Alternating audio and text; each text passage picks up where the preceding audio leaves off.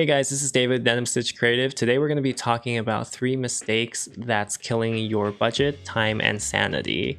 If you are a CEO, founder, or business owner running into what I call the feedback limbo with your video team or your outsourced team, I'd suggest you watch this video as we are going to go over the 3 mistakes that we keep seeing happening and how to mitigate it. So the first mistake that a lot of businesses do is they try to cut out creative development. There's this notion of, creative development is kind of like not needed, or you're kind of like low on time. You didn't plan for it to take place. And so we're trying to skip a step and jump straight into, production, which is the execution phase, right? If we look at the steps in video production or content creation, whatever you want to call it, there are 3 key steps, right? So there's creative development, there's production, which we also call principal photography, which is just execution, and then, or capture content, whatever you want to call it. And then there's post-production, which is basically AKA post video editing, assembly, whatever you want to call it in your team as a business. But essentially, there's only 3 steps. If you decide to cross out one, you're left with 2 steps. And if I was to evenly distribute how important everything would be, it would be like this, right? 33.33333, whatever. What you really don't know is, what if I called this not creative development? What if I told you it was called creative alignment? Because a lot of times that's what it ends up being, right? You might have already done your ideation, internally, and you have an idea of what you want to do. So when you move to this step, what you're really trying to do is have the team that's having to understand what you're saying, because you're transferring your information, right, your brand, into someone else's hand, and there are things that need to be aligned. If you guys run a service business, you probably know what I'm talking about. You usually have a alignment meeting with your clients or prospects. So essentially skipping the prep work, the orientation, everything you really need to find success in the 2 later steps of the process by skipping out that most important first process, right? So we're already starting off on the wrong page. So for us here at Denim Stitch Creative, so if we were to distribute how important each step would be in the process, creative development is looking to take over 50% of the work, right? Because first job is to ensure that everything is aligned. We're giving you the visuals that you want. We're executing it in the time frame that's executable. All of those happen inside that first step of the production. And then this might be 20%. And then this might be 30%, right? And if we're lucky, sometimes if we get step 1 correct in creative development, the later 2 steps are going to be a piece of pie. Okay? Because everything was already figured out before we even got onto the film set. So by eliminating this 50% right here, we're literally redistributing it to these 2 things, right? So either you're going to run into more problems during production, during the filming, or you're going to run into more problems. And you could also stack it up in production and say, I don't want to handle it here. And now you're running into all the problems here. So now, instead of 50, 20, 30, you are running something like 0, right? Let's say we distributed that over here. So now we're doing like 50% of the work here and 50% of the work here. And if you're not lucky, you might be putting everything in post. And then so you're doing more like a 80-20, right? So 20% here, 80% here. So creative development is really a combined turn of a lot of things happening in the first step, right? So it could be scripting, could be editing the script, right? It could be, you know, visual references, should be alignment. Sorry for my horrible handwriting. Be alignment. It could be storyboarding, logistics, location scouting, you know, assessing the budget, right? And etc. So it could be all of these things. And if you decided to say, hey, I'm going to skip all of that, well, you're going to have to find it back in the later parts, right? And so the moral of the story is don't skip creative development, right? You might be saying, oh, we don't have time for that, or deadline's coming up.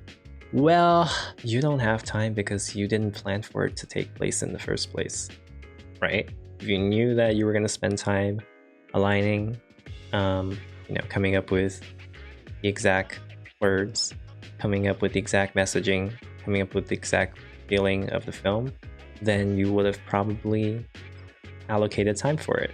So the second mistake we see a lot happen is in the communication process itself when you are, let's say, trying to launch a video campaign or something like that, right? So I'm going to draw a triangle. Here's a triangle. Let's say your business is right here, right? And your business wants to create a video campaign and it doesn't have the, let's say, the video capabilities yet to create a high level campaign of such sort. It might be a branded content, it might be a documentary of your company, it might be a high-end, you know, video commercial for your company, and you just don't have the right people in the right seats to do it yet. So what you end up usually doing for businesses, whether it's a service business or a product business, you're just going to hire either a marketing agency or a creative agency, right? Or a communication agency, one of the few. And once you hire that agency, they're going to usually, if they have in-house video capability, if they have an in-house video team, they'll have their in-house team do it. But maybe if it's a higher level and caliber, they might want to look for outsource. And so they're going to hire a video vendor, so a video production company, right? And I'm going to take it even one step further. So if a video production company needs more crew, they're going to hire it and talent. So I'm going to go beneath the iceberg here. And so they're going to hire crew and talent. A lot of the work, right?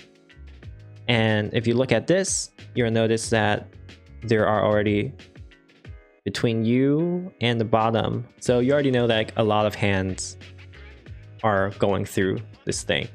And so if we're talking about retention over maybe the clarity of your vision, let's say in a hypothetical world, because this is definitely a hypothetical situation, because most people drop even lower than this. So your business, let's say you figured it out in-house with your team and you knew exactly what you were trying to achieve. Let's say you had 100% retention on what you're doing. Now, 100% clarity on what you're doing. And now, let's say you had to communicate that with an agency and you guys had to align.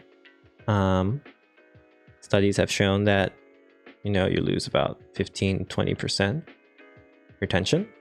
So let's just do 20% for an easy number. So I'm gonna go and say, now the agency is only gonna have 80% retention. And when the agency explains this to, the scope of work to the video production company, we lose another 15-20%. So that brings us to about, let's do the math here, 64%, right?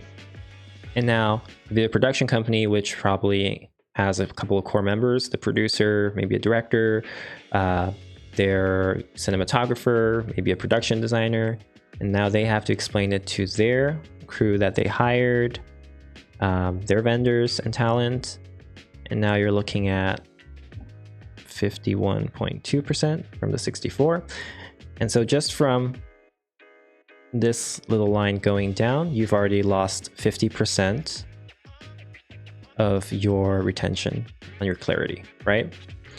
Now, the agency is probably doing a lot of the creative management, right? And the video production company is actually in charge of executing it. And then the crew and talent are there to do a lot of the work, right? Okay, and so with that, now we have a situation, and this could be the same for in-house, right? You could have your founder, CEO, or whoever's in charge of the creative, talking to your VP of marketing, talking to your, your creative director, your marketing director, and then finally relayed all the way to your videographer and video editor, and they're executing the thing. So it really is about the same. You're also losing that much. So just look at the hands that are involved in this process, right? And how can you mitigate this, right? This is just a hypothetical scenario. In real life, it's probably even lower than this. It's not always that you have 100% clarity on your vision. Usually, a lot of times during creative development, you're trying to figure that part out. And if we look at this, what revision is doing when we go into video editing and revision is we're trying to bring this gap back up, right? So this gap is a different color. So what you're doing here is, let's say we're trying to get this gap back on, right? So they will have their own internal sort of feedback loop. Call it that. So it's like the internal feedback loop, right? So they'll have their feedback loop. And then between the agency and the video production company, they'll have their feedback loop, right? To get back to 80%. And then let's say you and the creative agency also have a feedback loop, right? So after 1, 2, 3 feedback loops, you finally get somewhere close to 100%. It probably won't even be 100%. I'm actually gonna erase this. Okay, gonna take this out. Okay, let's say they got into a feedback loop and they met in the middle. So they got you to 57.6%. And now it goes up to the agency, and the agency and them, hop on it together, and maybe it gets them to 72%, let's call it that. And then you and the agency hack it out, and maybe you get it to 86 or 90%.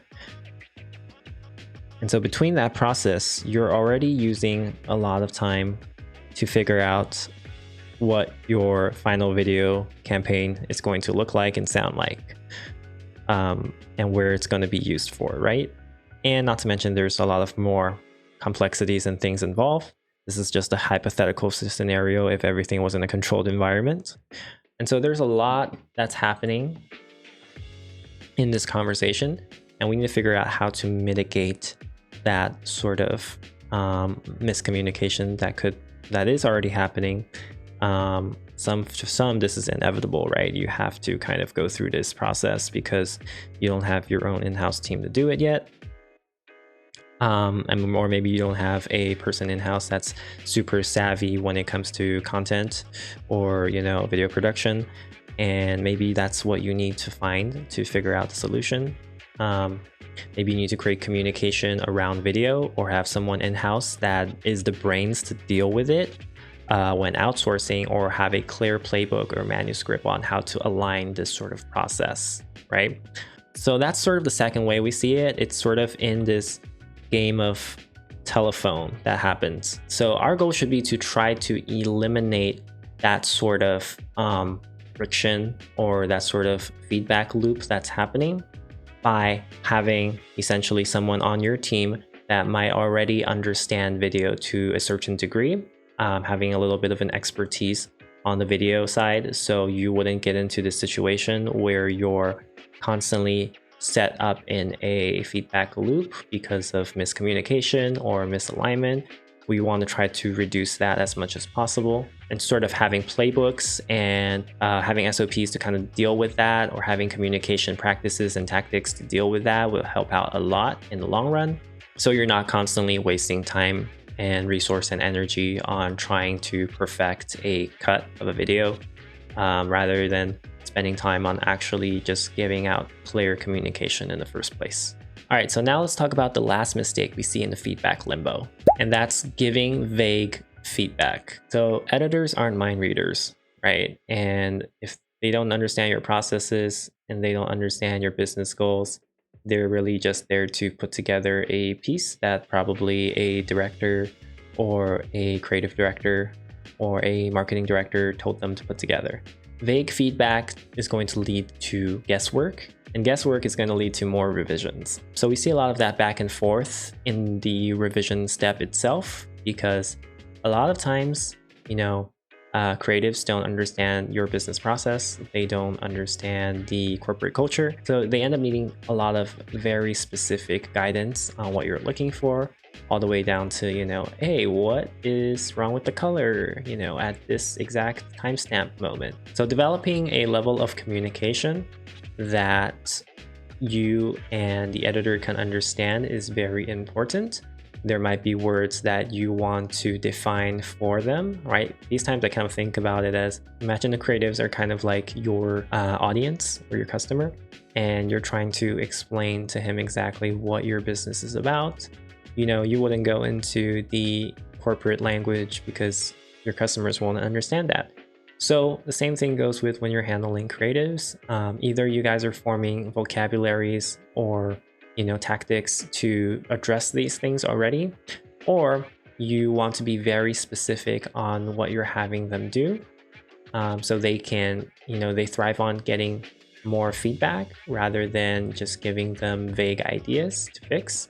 Everything needs to be more tangible, because you already are in that process of video room. You already are seeing what the video looks like. And sometimes the solution to this is just having someone on your team that deals with video communication already. Like, they already have an understanding of it, right? So they can be the ones to kind of translate between the two worlds.